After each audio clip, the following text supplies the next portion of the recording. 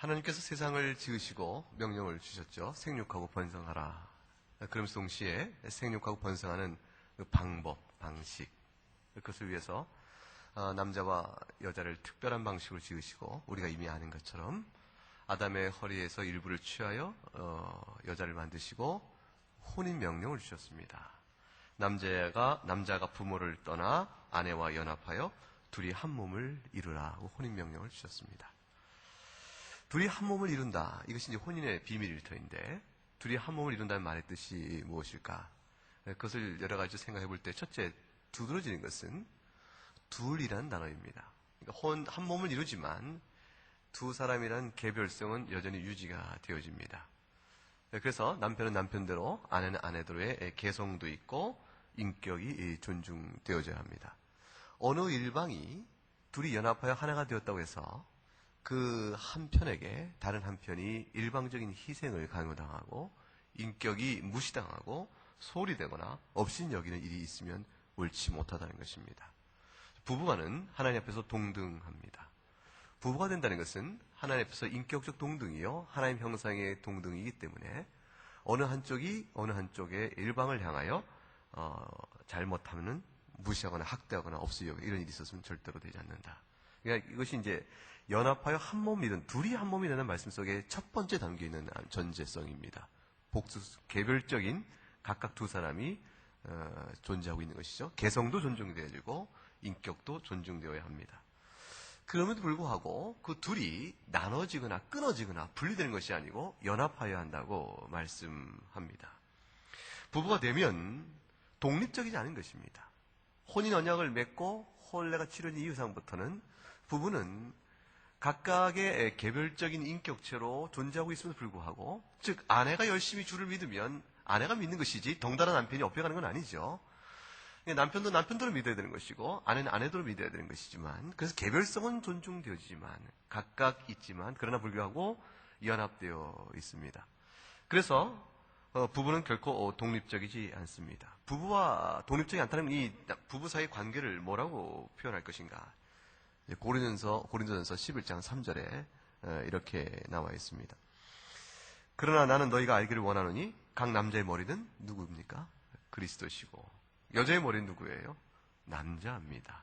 그리스도의 머리는 하나님이시라 되어 있습니다. 그러니까 남자와 여자, 특히 남편과 아내의 관계 속에서 남편과 아내의 관계를 성경적 원리로 설명하시오. 그러면 이 구절이 떠오르죠.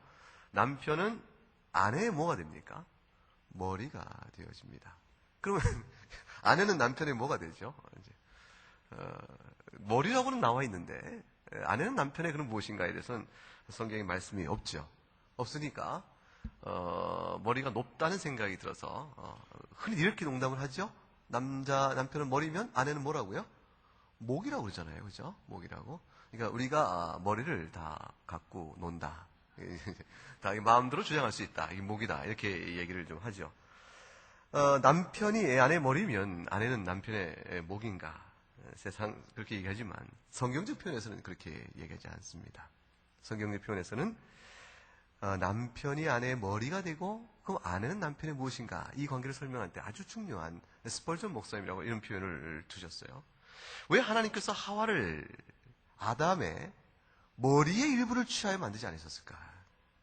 왜 그랬을까? 아담이 잠들었을 때에 머리에 여기에서 세포 얼마를 떼내서 하나님 만드시, 뭐 얼마나 많은 걸 떼어내 하나님 만드시겠어요? 조금만 있어도 되니까 머리 일부를 떼서 왜 만들지 않으셨을까?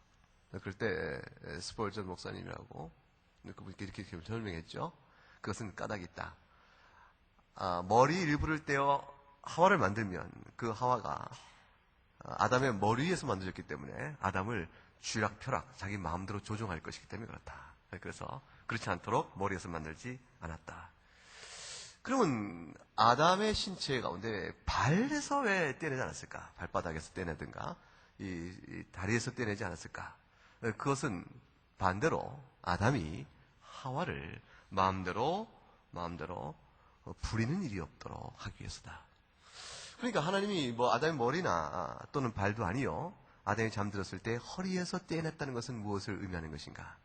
그것은 아담이 자기의 팔로 보호할 것이며, 허리니까 팔로 바로 보호가 되잖아요. 아담이 허리에서 허리를 보호하고 심장에서 가장 가까운 곳에서 떼어냄으로 인해서 아담이 실로 사랑으로 애끼도록 하기 위해서 여자를 그렇게 만드신 것이라. 이런 식으로 이제 해석을 했습니다. 좋은 해석이죠.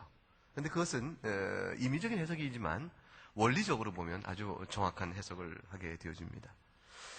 둘이 연합하여 한 몸이 된다는 말씀 속에 담겨있는 연합의 의미는 첫 번째 외적으로 보게 되면요. 그리고 내적 측면과 외적 측면을 살펴볼 수가 있는데, 외적 측면을 보게 되면 서로가 분리되지 않고 서로가 독립적이지 않으면서 동시에 바깥 다른 이들을 향해서 그 두 사람은 항상 공동의 대표성을 지닙니다. 둘이서 한 사람인 것일 뿐만 아니라 어느 한쪽을 보더라도 다른 한쪽과 더불어 연결해 보도록 두 사람이 하나됨의 연결성을 지닙니다. 따라서 어떤 일을 할 때 남자가 아내 모르게 임의로 못하는 것이고 아내가 남자 모르게 임의로 하는 일은 옳지 못합니다. 예컨대 이제 선교사를 나간다. 그럴 때 남편이 이제 불이 붙었어요. 하나님의 은혜를 받고 열정적에서 내가 선교사를 나가겠다 작정을 했는데, 그런데 선교사 소원할 때 아내의 동의가 없으면 선교사로 허입이 안 됩니다. 부부간의 동의가 같이 나가는 것이죠. 이것은 한 몸으로 함께 움직여가는 성질 때문에 그렇습니다. 그렇기 때문에 남편과 아내는 사실 결혼한 이후부터는 다른 이들에게 서로 대표성을 짜는 연결이 되어집니다. 연합이 되는 몸에 있어서 이와 같이 남과의 관계뿐 아니라 두 사람의 관계 속에서의 외적 측면의 연합은 그 몸의 결합이죠. 그는 부부 관계를 하는 특별한 생식과 관련된 측면에서의 몸의 결합이 그들에게만 특별한 은혜로 허락되어 있습니다. 근데 연합의 관계가 이 내면적인 측면이 있습니다. 이 내면적 측면은 생각과 마음을 함께 묶어두는 것입니다. 그래서 나의 가장 부끄럽고 수치스러운 점, 내가 남에게는 오픈할 수가 없는 내 마음의 저 깊은 것도 아내에게는 또는 아내는 남편에게도 서로 오픈될 수 있는 상대가 되어지는 것, 이것이 이제 원리적인 의미에서 부부의 연합의 의미입니다. 그러므로 은밀한 생각, 아내가 알면 안 될 생각, 남편이 알면 안 될 생각, 이런 생각들을 하면 안 된다. 이게 하나님의 뜻이죠. 피차 생각이 완전히 투명하여 서로 비추어도 하나도 부끄러움이 없을 만한 정결하며 투명한 사이로 둘 사이가 있어야 한다. 이것이 하나님이 창조 때 하나님 기대하셨던 부부간의 연합됨에 대한 내면적 측면입니다. 이 측면을 가리켜서 벌거벗었으나 부끄러워하지 않다라고 말씀해 주는 것이죠. 지극한 평강과 교통의 행복을 하나님이 기대하시고 부부를 만든 것입니다. 실제로 타락 이후에는 부부 사이가 이렇지 못합니다. 타락 이후에는 부부는 각각의 개별성이 너무 강조돼서 자신의 이익을, 자기 이기적 만족을 위해서 상대방 배우자를 이용하는 일이 허다히 있습니다. 점잖게 있어도 실상 가만히 들여다보게 되면 아내를 자기처럼 사랑하지 않습니다. 남편도 또한 아내도 또한 남편을 섬기는 일을 그렇게 하지 않습니다. 비참하네 서로를 이용하는 이기적 태도가 타락한 부부관계 속에서 자주 나타납니다. 외적으로도 마치 혼인 언약 안에 있는 부부가 아닌 듯이 남자가 밖에 사이 속에서 다른 여자를 대할 때 임의로 대하고 아내가 볼 때 부끄러울 수 있는 상태로 관계를 맺어가는 일들이 나타나게 되어집니다. 마음속에 아내가 알거나 남편이 알면 못마땅하고 견딜 수 없는 그런 수치스러운 모습도 마음속 임의적으로 다 품고 있게 되어집니다. 이제 오늘날 우리가 살아가는 세상에서 보게 되는 결혼의 관계요, 부부의 관계입니다. 사실 이상적으로 하나님께서 부부를 이렇게 딱 창조 때 부부 관계 이래야 된다고 말씀하셨지만 그 관계의 원리를 그대로 잘 드러내고 구현해내고 아름답고 정결한 사랑을 나눠가는 것은 이 세상 속에서는 간단치가 않습니다. 쉽게 이루어지질 못합니다. 오늘 우리가 살펴보는 것은 과연 그렇다면 하나님께 정하신 이 창조의 혼인의 아름다운 관계가 오늘 우린 타락한 이 세상 속에서도 누릴 수 있겠는가라는 것입니다. 우리가 이 결혼의 아름다움이 회복될 수 있겠는가? 단 한 사람, 단 한 여자에게 주께서 혼인 언약으로 맺게 하셔서 특별하게 투명하며 의미 있는 관계로 엮어두신 것은 하나님이 혼인 그 자체만을 의식한 것이 아니고 하나님은 놀랍게도 더 큰 무엇인가를 드러내기 위한 하나의 그림자요, 예표로 혼인관계를 사용하십니다. 그래서 부부간의 사랑을 나누게 되어지면서 이 부부간의 사랑은 훗날 우리가 하나님을 알아가기에 꼭 필요한, 이 부부간의 사랑을 모르면 하나님의 사랑을 이해할 수가 없게 되는 아주 중요한 현실적 경험이요, 우리의 근거가 될 수 있도록 하나님께서 이 결혼관계를 사용하십니다. 하나님이 정령코 부부간의 혼인의 아름다움을 정해놓으시고 그걸 통해서, 그걸 기초로 우리로 하여금 알게 하기를 원하셨던 하나님의 그 무엇이 있습니다. 도대체 그것이 무엇일까? 그것은 하나님의 영광입니다. 하나님의 지극한 영광입니다. 여러분 생각해 보세요. 남자와 여자가 만나서 혼인을 했다는 이 사실이, 두 사람이 한 부부가 됐다는 이 사실, 이 자체의 의미를 넘어서서 이것이, 결혼은 하나님의 영광을 비추는 의미로 하나님이 허락하신 것입니다. 누가 볼 때 한 부부를 보게 되면 그 부부 속에서 하나님의 영광이 우러져 나야 합니다. 그 부부 관계 속에서, 부부 속에서, 그 혼인 속에서 하나님의 아름다움과 지극히 선하심과 그 풍성함이 우러져 나오도록 하나님이 혼인 관계에 복을 주셨습니다. 그렇기 때문에 이 혼인은 예사로운 것이 아닙니다. 우리 자체의 유익을 위한 것이 아니고 그 자체를 넘어서는 큰 비밀한 뜻이 있습니다. 하나님의 영광을 하나님이 어떻게 나타내 보셨죠? 요한복음 1장 14절에 오게 되면 이렇게 나타내 보셨습니다. 말씀이 육신이 되어 우리 가운데 거하심에 우리가 그 영광을 보니 아버지 독생자 영광이요 은혜와 진리가 충만하더라고 되어 있습니다. 하나님의 영광은 예수 그리스도를 통해서 우리에게 나타내 보이신 바 되어졌습니다. 그런데 혼인이 하나님의 영광을 나타내 보인다는 말은, 부부가 하나님의 영광을 나타내 보인다는 말은 바로 그 중간에 예수 그리스도는 특별한 어떤 일로 인해서, 중보성으로 인해서 그것이 가능해집니다. 여러분, 혼인 관계가 어떤 관계가 되어야 될까? 부부 사이는 어떻게 살아야 될까?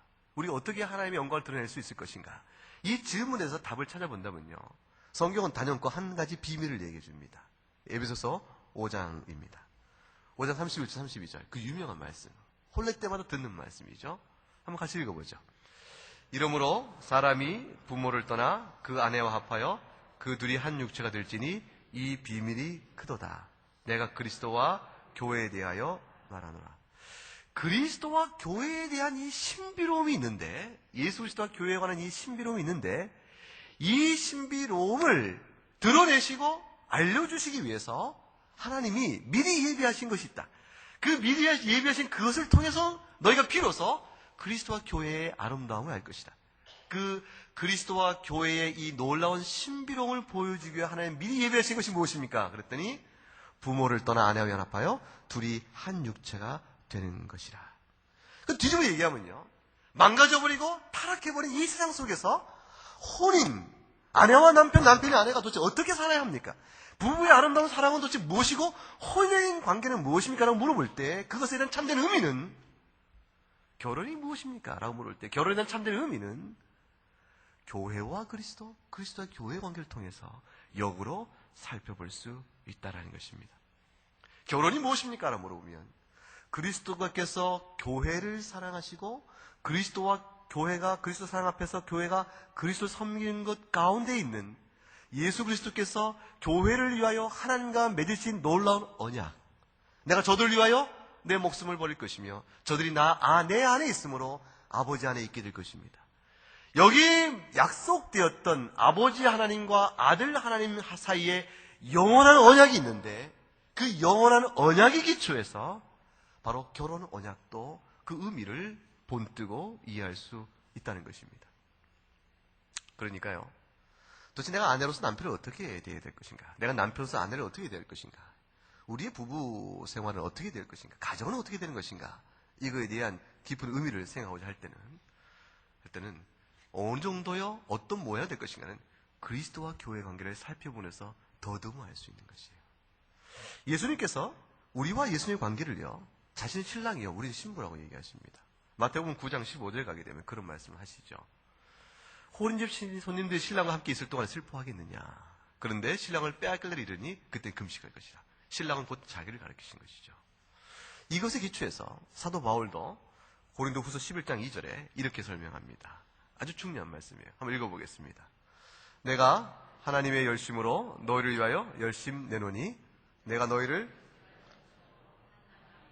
그리스도께 드리려고 중매함이로다. 사도 바울이 우리를 예수 그리스도의 정결한 처녀로서 신부로서 우리를 그리스도께 연결시키기를 원한다고 말합니다. 그러면 그리스도께서 우리의 남편이 되시고 우리는 그의 아내가 되어지는 것이니까 남편과 아내의 관계는 그리스도와 우리의 관계를 통해서 이해가 되어지는 것이에요. 자, 그렇다면 그리스도께서 우리를 아내로 삼기 위하여 남편으로서 어떻게 아내를 사랑했는가에 대한 설명을 한번 생각해 보세요. 주님께서 우리에게 보이신 부간에 벌거벗었으나 부끄러움이 없게끔 하는 연합의 결과는요, 그 연합의 관계는 둘이 같이 있다고 연합된 것이 아니고 남편이 아내에게, 아내에게 남편에게 서로 맺는 어떤 관계성 속에서 연합의 의미가 드러나는데 그 관계 도대체 어떻게 될 것인가라는 것이죠. 그것은 바로 주께서 교회를 대하듯 해라. 에베소서 5장 5절과 27절 말씀에 남편을 향하여 주님께 주신 사도 바울의 권면이 이렇습니다. 남편들아, 아내를 사랑해야 한다. 근데 그 사랑은 마치 그리스도께서 교회를 사랑하시고 위하여 자신을 주신 같이 해야 된다라고 됩니다. 여기는 절대적인 명령입니다. 남편이 아내와 합하여 벌거벗었으나 부끄러움 없는 그 투명하며 평강의 관계를 유지한다는 것이 혼인 언약에 기초한 남편에게 주어진 하나님의 명령의 의무인데, 그 의무는 그리스도께서 교회를 사랑하신 것처럼 절대적인 사랑으로 사랑해야 한다고 말합니다. 이건 목숨을 다하는 사랑입니다. 그 사랑을 통해서 얻어지는, 기대하는, 아내를 사랑하는 그 목적이 뭐냐면요, 사랑의 목적과 결과는 뭐냐면요, 25절, 26절, 27절에 이어진 것인데, 물로 씻어 말씀으로 깨끗하게 하여 거룩하게 하는 것입니다. 즉 남편은 아내를 마치 교회를 주님이 사랑하셔서 자기 몸을 다 던져 교회를 사랑하셔서 교회를 하나님 보시기에 아름답고 거룩한 상태로 만드는 것처럼 남편은 아내의 영적인 순결과 육적인 아름다움을 보존하도록 전심전력을 다하는 것이 남편 때문에 소명입니다. 내가 왜 사는가? 혼인 언약을 맺은 이상 내가 왜 삽니까? 라고 물어보면 아내를 위해 삽니다. 이게 답입니다. 주를 위해 살지 무슨 아내를 위해 사냐 이렇게 망측해라 하는데, 주를 위해 사는 것이 아내를 위해 사는 것이 되어집니다. 아내를 지극히 사랑하는 것, 여기는 하나님이 나에 대한 사랑으로 확인하기 원하시는 것입니다. 따라서 남편은 아내를 사랑함에 있어서 거룩하게 되어야 됩니다. 예수 그리스도 중심적으로 말씀으로 권면하며 영적 교통과 기도로서 정결한 가운데 아내를 소중히 여겨야 됩니다. 남편다운 남편은 어떤 남편인가? 한번 설문조사를 한번 해보면 남편, 아주 멋진 남편상. 그러면 뭐 돈 잘 벌어오고 속 안 썩인 남편 뭐 이렇게 할지 모르겠어요. 잘 놀아주고 뭐 이렇게 할지 모르겠어요. 김준홍 목사님 아시죠? 김준홍 목사님 그전에 성경 공부하는데 그런 얘기 했어요. 40대에 돈 많이 남겨놓고 일찍 죽으면 멋진 놈 그런다고. 그러니까 김준홍 목사님 농담처럼 한 얘기죠. 그만큼 남편이 속 썩인다는 얘기죠. 얼마나 아내 속을 썩이면 여자들이 40대에 유산 많이 남겨놓고 일찍 죽으면 씩 돌아서면서 멋진 놈 그런다고 김준영 목사님 그러죠. 그 말 듣고 제가 굉장히 충격을 받았어요. 그건 어찌 이럴 수가 있는가. 성경적 원리가 아니죠. 근데 그만큼 세상 속에서 아내를 힘들게 한 남편이 힘들게 합니다. 남편이 아내를 사랑하는 것은 우리가 생각하는 것, 그냥 살면서 마음이 내키는 대로 또는 성심껏 신실히 해야지 하는 정도 이상의 요구 의무가 주어져 있습니다. 교회를 사랑하는 주님의 마음으로 아내를 사랑해야 한다. 이 명령입니다. 아내는 어떻게 해야 되는가? 5장 22절, 24절에 아내들은 남편에게 복종하기를 죽게 하듯 하라고 되어 있습니다. 왜냐하면 남편이 아내의 머리고 그리스도 교회의 머리인 것이죠. 따라서 자신의 머리인 남편을 복종하고 존경해야 된다고 얘기를 합니다. 여러분 잘 보세요. 이 말씀을 사도 바울이 줄 때 이걸 뒤집어 얘기하지 않습니다. 남편은 아내를 섬기기를 죽게 복종하듯 아내를 섬기고, 아내는 남편을 주님께서 교회를 사랑하듯 아내는 남편을 사랑해라, 이렇게 얘기하지 않습니다. 사랑과 순종의 관계는 비슷한 것 같지만 전혀 다릅니다.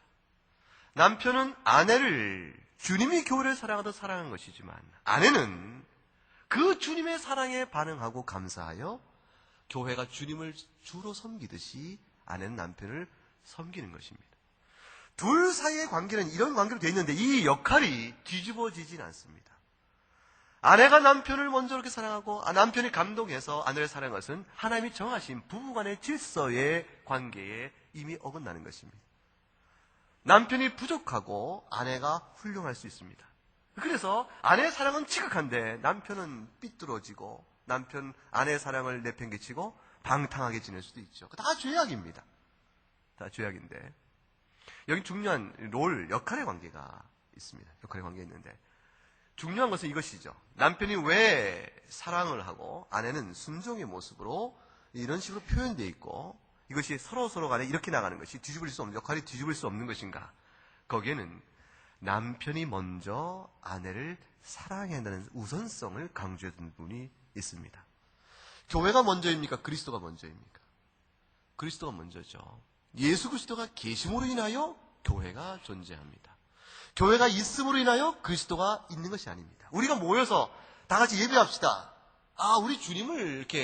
우리가 주님을 만드는 것이 아니죠. 우리가 이분을 주님으로 섬깁시다. 이렇게 하는 것이 아니고 주께서 계심으로 그 안에서 하나의 백성 우리가 존재하게 되어집니다. 아주 중요한 얘기를 말해주고 있습니다. 남편은 아내를 먼저 사랑해야 합니다. 남편의 사랑에 감동을 입어. 내가 그 사랑을 받았은즉 내가 어찌 이 남편을 내가 교회가 그저 섬기듯 섬기지 않을 수가 있겠는가. 영적인 리더십이요 헤드십이죠.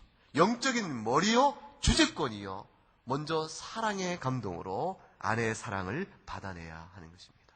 그것이 남편된 책임이요 중요성입니다. 남편이 그 사랑을 주지 아니할 때 그 아내는 사랑을 못 받았으니 남편을 팽개쳐도 되겠다. 그런 건 아니죠. 그러니까 곰탕국 크게 끓여놓고 한 달 동안 나가 있지 말고 이제 항상 매일매일 따뜻한 밥을 이렇게 좀 주면 좋은데 난 윤태호 목사님 들었어요. 하루에 3끼를 다 집에서 먹으면 무슨 나쁜 말로 남편을 표현한다 그러고 뭐 그런데 잊어버렸네요. 일식 양반, 이식 뭐 이렇게 됐는데 그런 말 있죠. 그거 좋은 말 아니에요. 저희 집사람은 하루 3끼를 같이 먹기를 늘 좋아합니다. 제가 이런 얘기를 하니까 웃었어요. 저는 이제 학교에서 수원에서 이제 집으로 올 때 여보 이제 나 들어갑니다 하고 전화를 합니다. 그러고 나서 집으로 가는 길 동안에 내가 집을 간다. 아내가 있다. 그런 생각에 마음이 설레기도 합니다. 그랬더니 다들 그럴 수가 있냐 그래요. 늘 그런 건 아닌데 늘 그런 건 아니지만 어떤 바쁘거나 생각이 몰 때 있으면은 그 내 생각이 마음의 자리에 일이 밀려와서 그러지 못할 때도 있는데 그러나 보통은 그렇습니다. 제가 남편으로서 사랑을 오늘 설교한 것처럼 넉넉한 사랑을 주지는 못합니다. 그러니까 최선의 노력도 부족합니다. 그러나 하나님께서는 사실 우리가 왜 부부간에 그 아름다운 사랑을 넉넉히 못 누릴까? 결혼이 짐이다. 힘들다. 왜 그러냐? 왜 그런가요? 그러나 하나님 본래 정하신 부부관계가 그런 것이 아니고 타락해서 그런 것이에요. 우리가 다 죄 아래에 있기 때문에 그런 것입니다. 그래서 혼인의 바른 도리를 우리가 알지 못해서 그렇습니다. 우리는 이 도리를 잘 배우지 못한 것이요 엄숙한 명령이요 우리 삶의 방향을 그쪽으로 만들어가지 않습니다. 혼인한 그 순간부터는 우리는 더 이상 나는 홀로 존재한 자가 아니요 배우자를 서로 향하여 존재하는 사람이라서 나의 생각과 인격과 기질까지도 서로 맞춰가며 빚어가며 새로 창조된 존재로 태어나야 하는 것입니다. 이게 즉 혼인의 언약에 있어서의 요구인데 우리는 그 요구를 생각지 않고 남이 하니까 때가 차면 정도 끌리고 마음도 불타서 그냥 혼인을 합니다. 혼인의 충분한 훈련과 의미를 깨닫지 못하고 있는 것이죠. 그래서 살면서 자신의 생각대로 성경대로 부딪혀지게 되니까 그 안에서 결국은 하나님이 주신 바 된 혼인의 그 지극한 아름다움, 그 지극한 달콤함, 이 세상 속에서 그 어느 것도 비교할 수 없는 부부간의 아름다운 사랑을 충분히 누리지 못하는 것입니다. 그런데 이것은 회복될 수 없는가? 우리가 취할 수, 다시 가질 수 없는가? 우리가 벌거벗었으나 서로 부끄러워하지 아니하는 부부간의 막역한 교통을 우리가 누릴 수 없는 것일까? 누릴 수 있습니다. 조금이라도 완전하지 못하지만 맛보아갈 수 있습니다. 어떻게 가능합니까? 딱 답은 하나입니다. 성령님의 은혜입니다. 아내와 남편 사이, 남편과 아내 사이에 주 예수 그리스도께서 계시고 그의 능력으로 성령으로 교통되기 시작하면 이전과는 다른 부부관계가 성립되어집니다. 요한복음 14장 20절에 주께서 이렇게 얘기했습니다. 그날에는 내가 아버지 안에 너희가 내 안에 내가 너희 안에 있는 것을 너희가 알게 될 것이라. 내가 너희 안에 있고 너희가 내 안에 있고 그러므로 말면 너와 내가 하나가 되어서 동시에 아버지 안에 있게 되는 것은 교회의 아름다움을 얘기합니다. 이 교회의 아름다움이 어떻게 가능합니까? 할 때 답은 요한복음 14장 그 뒤에 16, 18절에 답을 주었으니 또 다른 보혜사 곧 성령님으로 인해서 가능해집니다. 성령님으로 인해서 부부 사이 영적 교통이 이루어지기 시작하면요, 말씀이 주인이 되어지기 때문에 피차간의 한 말씀 앞에서 서로를 비추어 보아 하나님 안에서 연합되어지는 특별한 은혜를 우리가 누릴 수가 있게 되어집니다. 영적 교통입니다. 부부간에 한 말씀, 한 주님으로 사귐의 내용이 이루어져야 합니다. 같이 성경을 읽고 그 말씀에 따라 같이 교훈을 받기 시작하면서 서로를 비춰보기 시작하게 되면 뜨거운 사랑이 마음속에서 회복되어집니다. 그 아름다운 감정으로 순수하고 젊어서 느꼈던 마음 설레는 그런 육적 끌림으로 인한 낭만보다는 비교할 수 없는 성숙된 영적 기쁨의 교환이 부부 사이에 이루어지게 되어집니다. 손을 꼭 잡을 때에 당신을 내게 주신 하나님께 감사하고 내가 당신의 남편이요 우리가 부부됨을 감사합니다. 그 모든 것은 이전까지는 육으로 당신과 내가 하나였지만 이제 내가 분명히 고백하건대 그리스도로 말미암아 성령이 우리를 묶어주니 당신과 나는 영으로 하나입니다. 영으로 하나인 것은요, 마음속에 젊은 시절에 사랑해요 보고파야 하는 것과는 다른 차원의 것으로 바뀌어집니다. 영적 반려자요. 그날이 되어지면 하나님 앞에 아내를 내가 안고 내가 아내를 품고 주님 앞에 서게 될 그 반려자입니다. 나를 품어주고 세워주실 그 남편입니다. 그 남편과 아내가 주님 앞에 같이 서서 평생의 인생길 동안에 주께서 나를 붙들어줬던 영적 반려자입니다. 그걸 얘기할 수 있는 부부 사이의 아름다움을 느끼게 되어집니다. 이미 망쳐버린 결혼이면 어떻게 될까요? 이미 깨져버린 결혼이요. 내가 이 모든 도리를 다 알지 못해서 내가 타락하고 부패해서 육정에 따라 임의로 갈라서고 임의로 쪼개져 버리고 이미 결혼 관계가 몇 번씩 뒤집어져 버리고 더럽혀졌다면 어떻게 될까요? 세상 속에서 예수를 아는 게 너무 늦게 한 것이죠. 너무 늦게 한 거예요.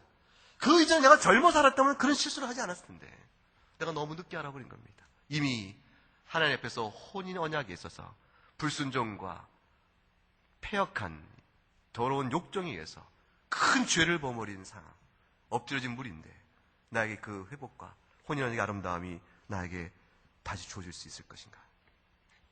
성경이 여기에서 우리에게 놀라운 약속을 주십니다. 회개하면 가능합니다.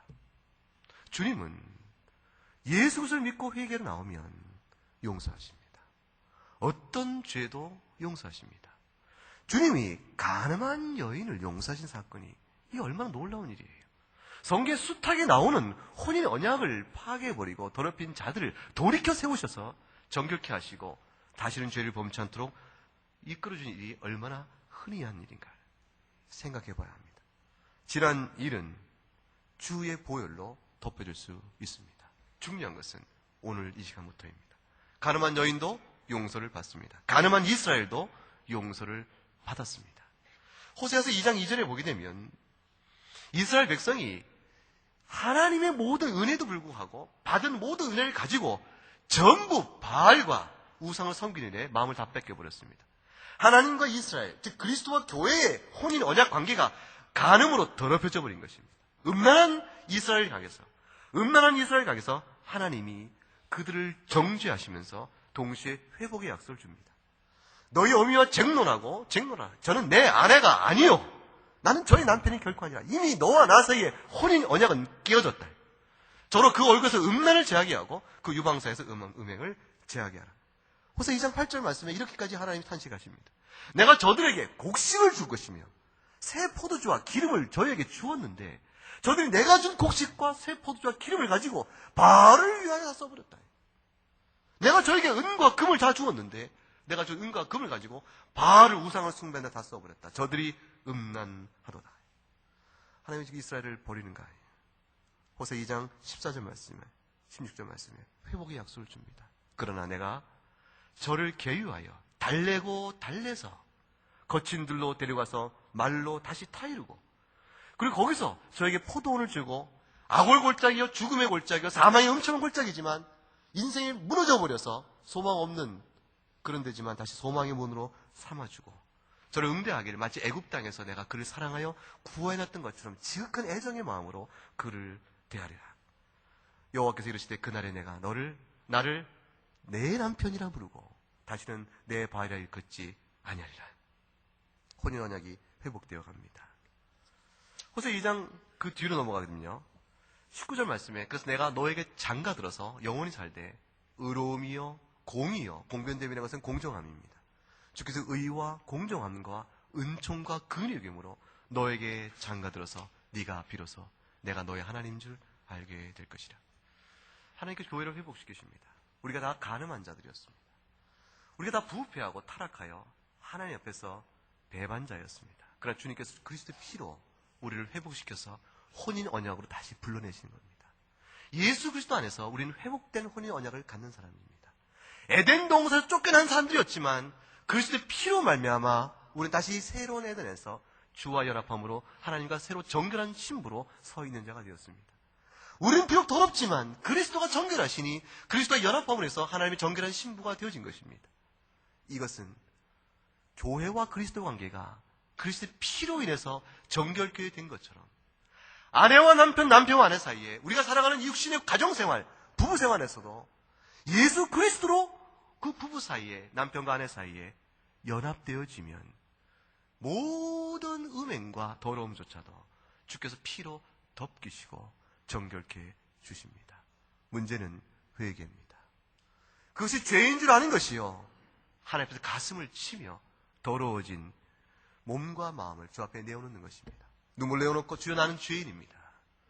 주께서 내 마음의 음란함을 아시고 내가 음란한 의심에 따라 이미 육신의 범한 죄들 주께서 아시오나 이제 내가 내 아내에게, 내가 내 남편에게 이미 혼인 언약을 깨어버린 죽은 자들입니다. 그러나 주께서 이제 우리 심령을 새롭게 하시고 그리스도 보혈의 피로 우리를 정결케 하시는 은혜를 베풀 줄 믿사오니 교회를 그리스도 피로 정결한 천으로 삼으시는 주님이시오. 이제 우리 두 부부를 그리스도의 피로 정결케 하여 주시옵소서. 눈물로 회개하고 나오면 회복이 있어집니다. 그 회복이 있게 되어지면 그 부부 사이에 하나님이 약속하셨던 벌거벗었으나 부끄러움이 없는 그 아름다운 지극한 교통의 그 평강의 회복을 우리에게 주어주십니다. 그 회복이 이루어진 남편과 아내는 어떤 일이 벌어집니까? 말씀에 비추어 부끄러운 생각을 하지 않습니다. 말씀에 비추어 부끄러운 생각을 아내에게 드러내기 만한 부끄러운 생각을 점점점 멀리하게 되어집니다. 거룩의 삶을 살아가게 되어지는 것이죠. 그래서 이 상황을 우리가 소망하게 됩니다. 아가서 2장 16절입니다. 같이 읽어보십시다. 나의 사랑하는 자는 내게 속하였고 나는 그에게 속하였구나. 그가 백합화 가운데서 양떼를 먹이는구나. 나의 사랑하는 자 곧 주님입니다. 예수 그리스도께서 내게 속하였고 나는 그리스도에게 속하였구나. 이것은 곧 남편과 아내의 관계입니다. 나의 사랑하는 내 남편이 내게 속하였고 나는 내 남편에게 속하였구나. 내가 사랑하는 내 아내가 내게 속하였고 나는 또한 내 아내에게 속하였구나. 그 사랑의 고백을 우리가 할 수 있게 되어집니다. 그 고백은 교회의 고백이기도 합니다. 요한일서 4장 12절과 13절에 어느 때나 하나님을 본 사람은 없다. 그러나 만일 우리가 서로 사랑한다면 하나님 우리 안에 거하시는 것이요 그의 사랑이 우리 안에 온전히 이루어지는 것이 아니냐. 이 모든 일은 주 성령께서 우리에게 주심으로 가능한 일이라. 우리가 그 안에 거하고 그가 우리 안에 거한 줄 아니 주 성령의 은혜 따라 되는 법이니라. 인생을 사는 데는 두 가지 방식이 있습니다. 독신으로 살 수도 있고 혼인을 살 수도 있습니다. 혼인은 우리에게 혼인 언약으로 하나님께서 사람을 창조하시고 명령을 주셨으나 혼인하지 아니하면 불순종하는 죄를 범하는 것이 아닙니다. 사람은 홀로 살 수도 있습니다. 그러나 홀로 살아도 하나님이 원하시는 바는 공동체 안에서 서로 교회적 공동체 안에서 그리스도께서 주를 사랑하신 것처럼 그리스도께서 교회를 사랑하시고 교회가 주를 섬긴 것처럼 공동체 안에서 투명하고 막힌 영적 교통이 있기를 원하십니다. 그 영적 교통이 혼인한 사람에게서는 더욱더 특별한 관계로 요구되어집니다. 몸이 한 몸됨에 있어서는 육적인 관계와 내면적, 영적, 정신적 관계가 같이 포괄되어지기 때문에 그렇습니다. 부부의 관계는 교회의 한 예표요 그림자이기도 하기 때문입니다.